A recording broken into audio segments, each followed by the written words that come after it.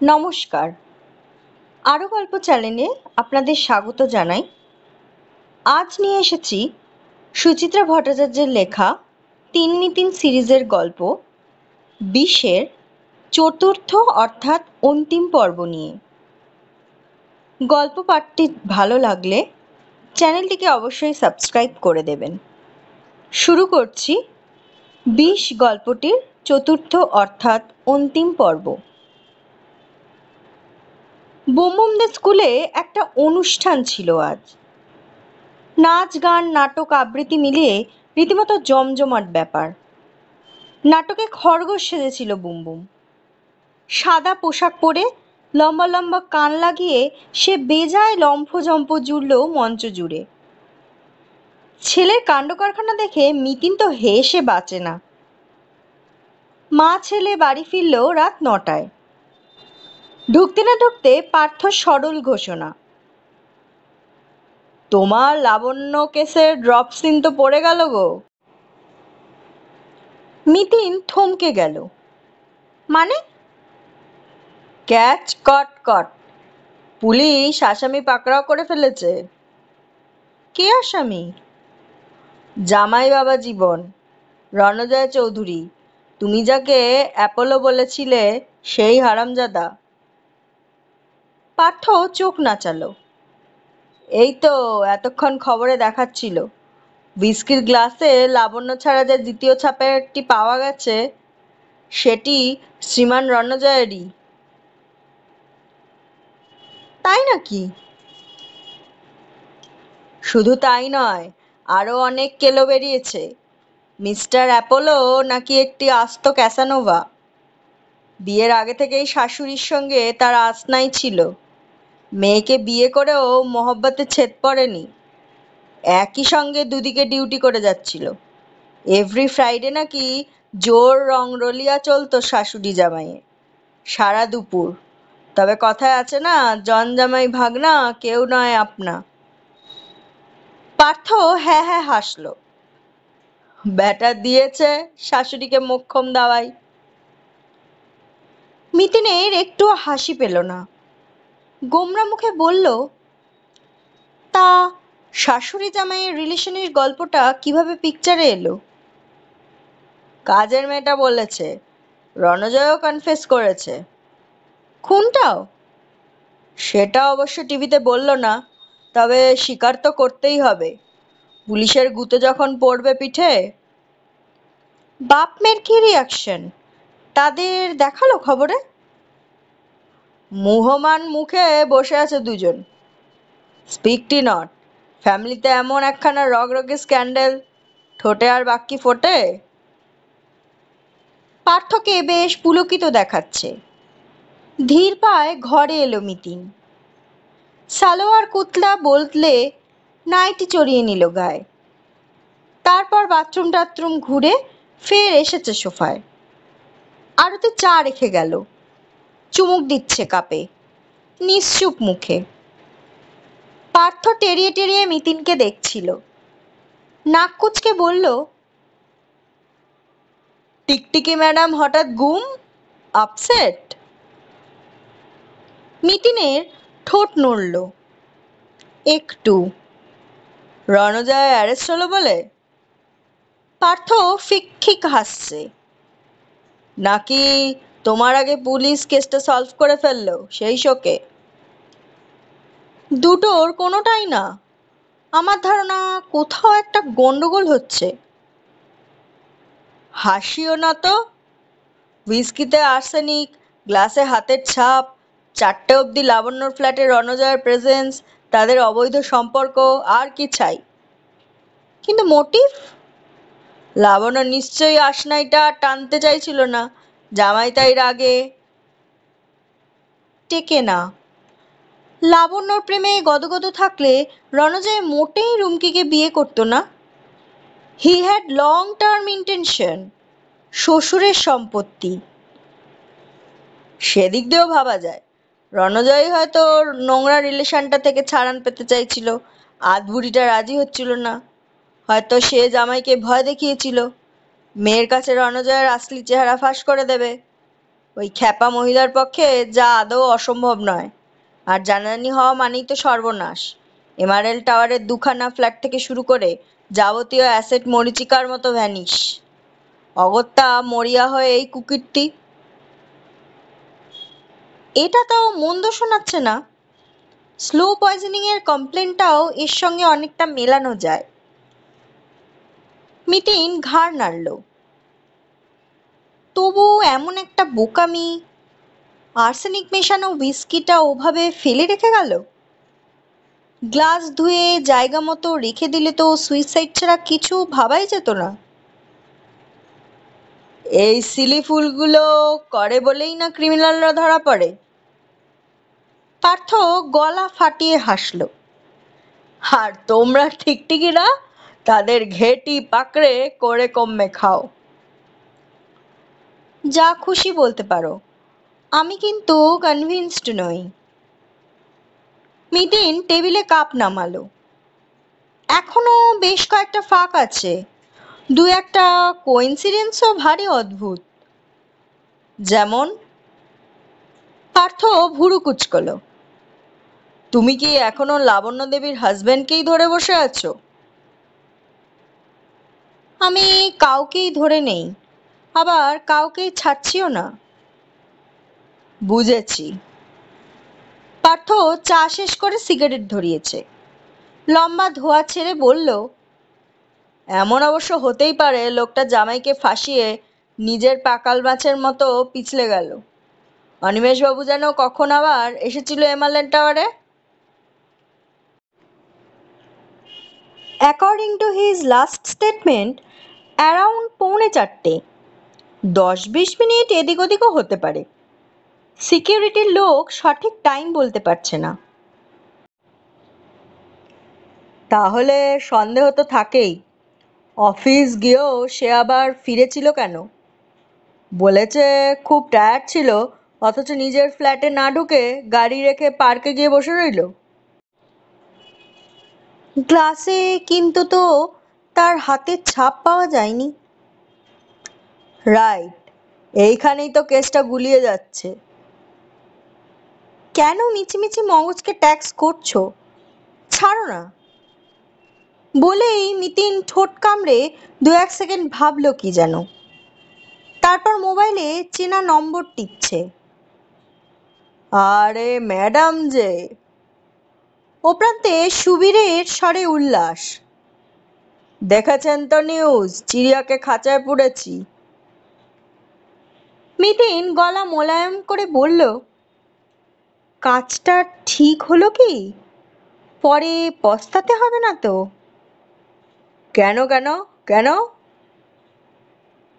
কি বিষয়ে লাবণ্য দেবীর মৃত্যু হয়েছে তা কিন্তু এখনো আননোন। আর্সেনিকে মুখ দিয়ে ওরকম গ্যাজলা বেরোয় না।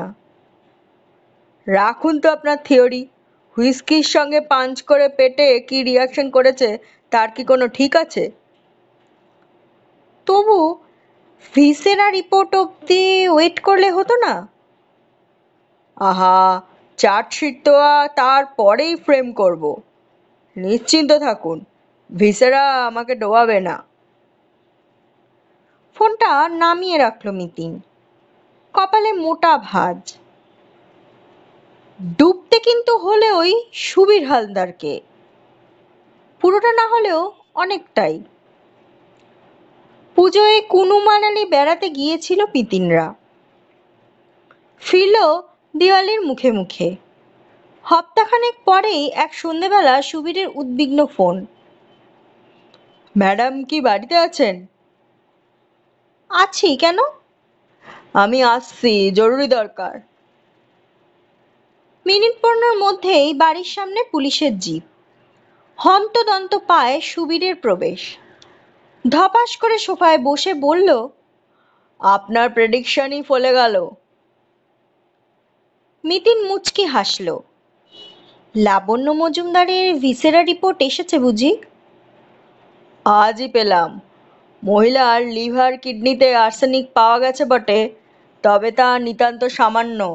লিথাল ডোজ একেবারেই নয়। তাহলে পয়জনিংটা? Strange case madam. দু ধরনের ওষুধের জয়েন্ট এফেক্ট। ওষুধ? কি ওষুধ? নামগুলো হলো। বুক পকেট থেকে একখানা চিরকুট বার করলো সুবীর। চোখ থেকে বেশ খানিকটা দূরে ধরে বিনা চশমায় পড়ছে। মনো অ্যামিনো অক্সিবেস্ট ইনহিবিটার্স আর অ্যামিট্রিপটিলিন। এগুলো তো মেন্টাল ডিপ্রেশনের medicine. Reverse group, highly reactivity. Mitin প্রায় চেঁচিয়ে উঠল। দুটো একসঙ্গে পড়লে ঘন্টা তারিখের মধ্যে যে কেউ মারা যাবে। তাই বুঝি? সুবীর মাথা চুলকোচ্ছে। তাহলে তো এটা সুইসাইডের কেসও হতে পারে, কিংবা মহিলা ভুল করে একসঙ্গে দুটো মেডিসিন। কিন্তু দুটো একসঙ্গে থাকবে কেন? কারেক্ট। সুবীর খাড়া হয়ে বসল। এই লাইনেও তো রণজয় চৌধুরীকে বাধা যেতে পারে। ব্যাটা নির্ঘাত আর্সেনিক মেশানো মদ গেলাতে না পেরে বাই ফোর্স ওই দুটো ওষুধ খাইয়ে। কেস গুছিয়ে সাজাতে পারবেন তো? খুব পারবো। ওই ধিনিকেষ্টকে আমি ছাড়বই না। ভালো মানুষ বাবা নিরীহ মেয়েটাকে যে কত যন্ত্রণা দিয়েছে, সাজা বাছাধনকে পেতেই হবে। রণজয় কি এখনো জেল কাস্টাডিতে? বেরোনোর জন্য হাঁকপাক করছে। ওর বাপ দাদারা হাইকোর্ট অব্দি বেল পিটিশন মুভ করেছিল, খারিজ হয়ে গেছে।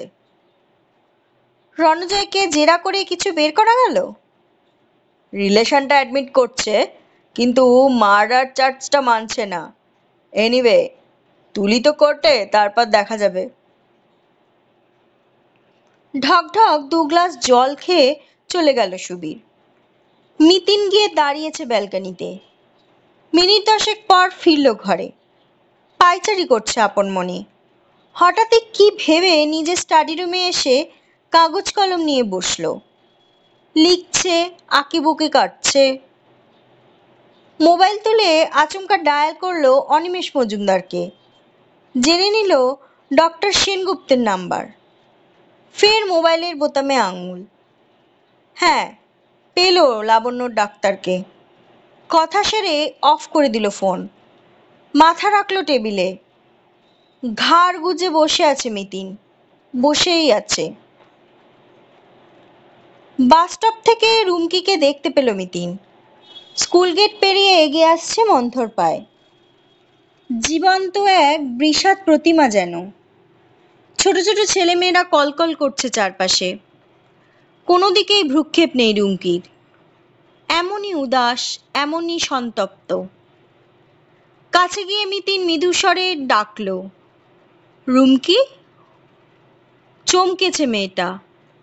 অবাক মুখে বলল, আপনি এখানে? আপনার কাছেই।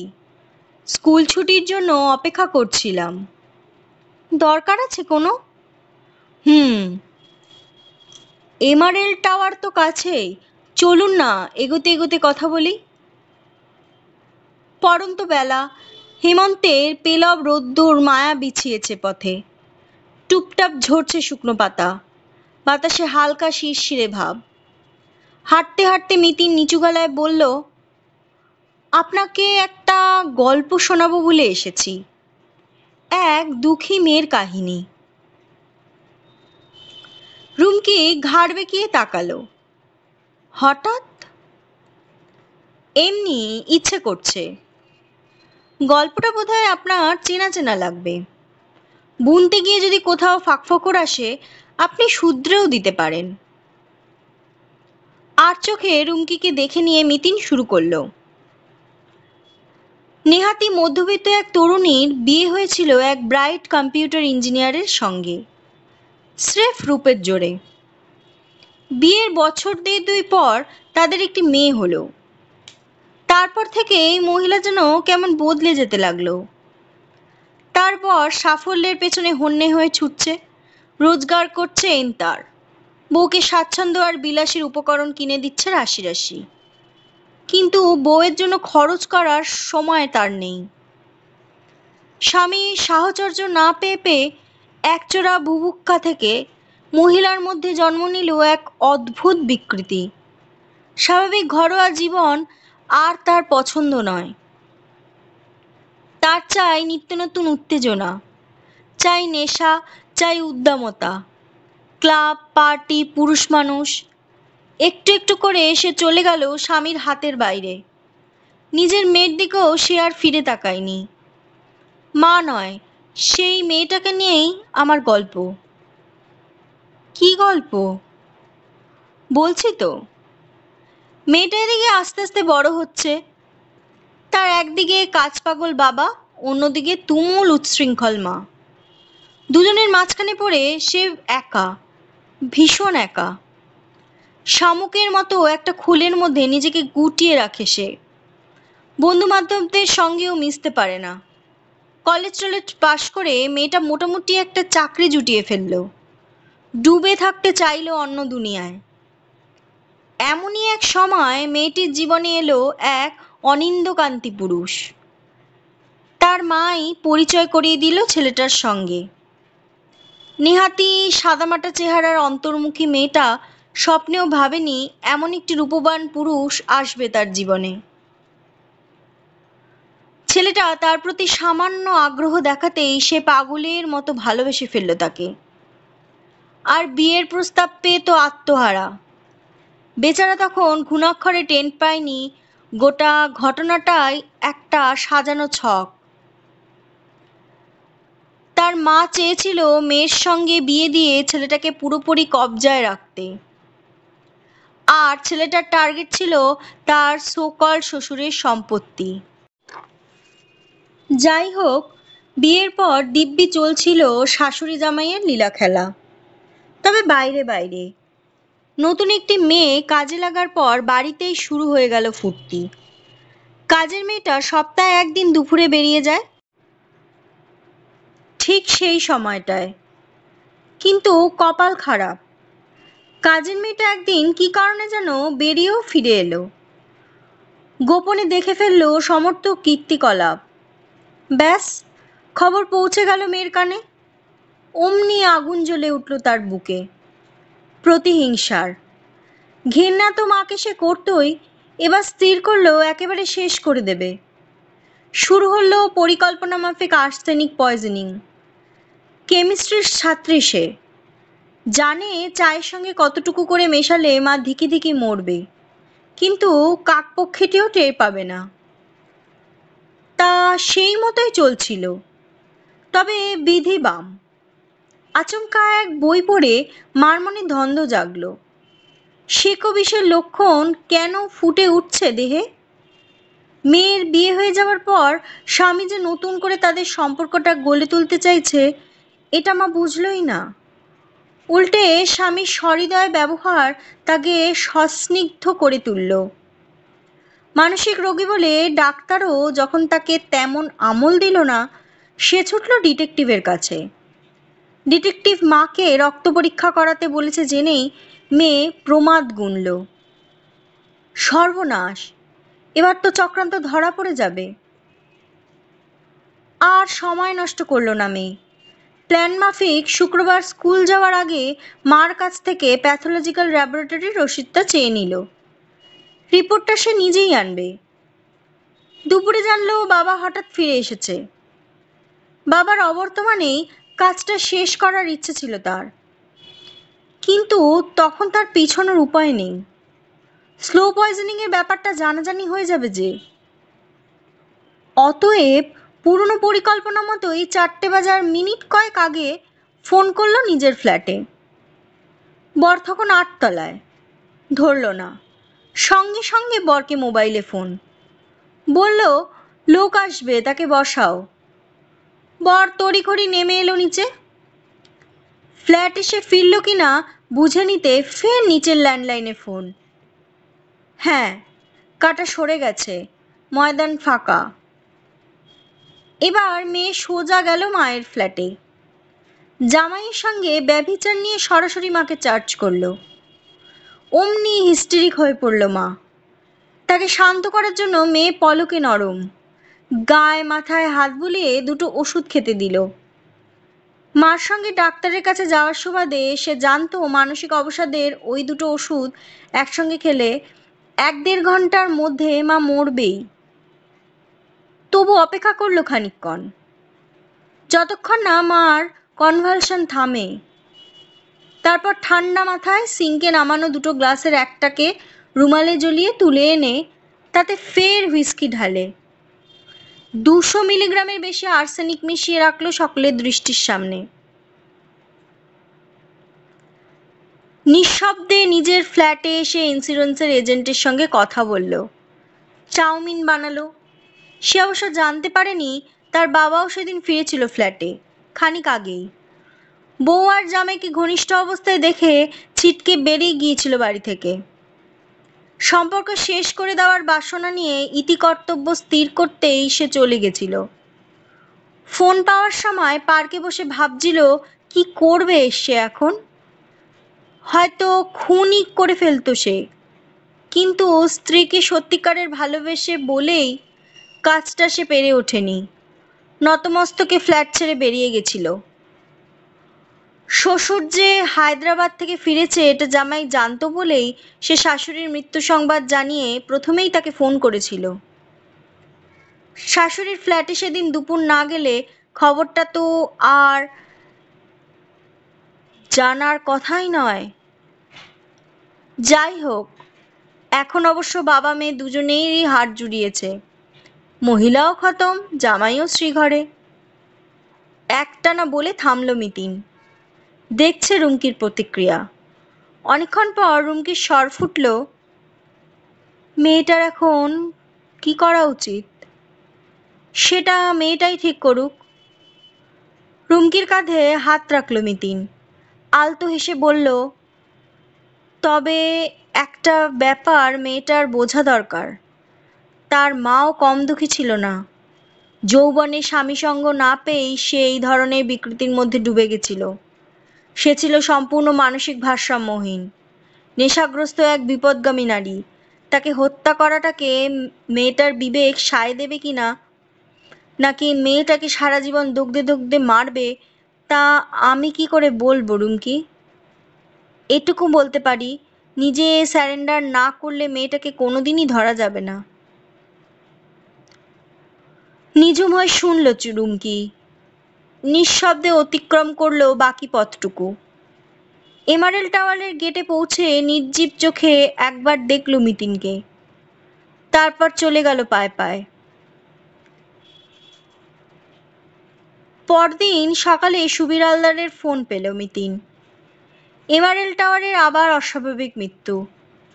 এবার 8 তলা নয়, 3 তলায়। ঘুমের ওষুধ খেয়ে আত্মহত্যা করেছে রুমকি।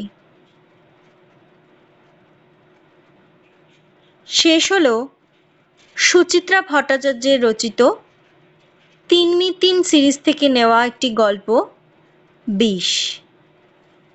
এই গল্পটির প্রথম 3টি পর্ব আমার এর আগের অডিও স্টোরিগুলিতে রয়েছে। আপনারা অবশ্যই শুনে নেবেন, আমি প্লেলিস্ট করে দিয়েছি। গল্প পাঠ ভালো লাগলে চ্যানেলটাকে সাবস্ক্রাইব করে দিন, আর আপনাদের মূল্যবান মতামত অবশ্যই কমেন্ট করে জানান। ধন্যবাদ।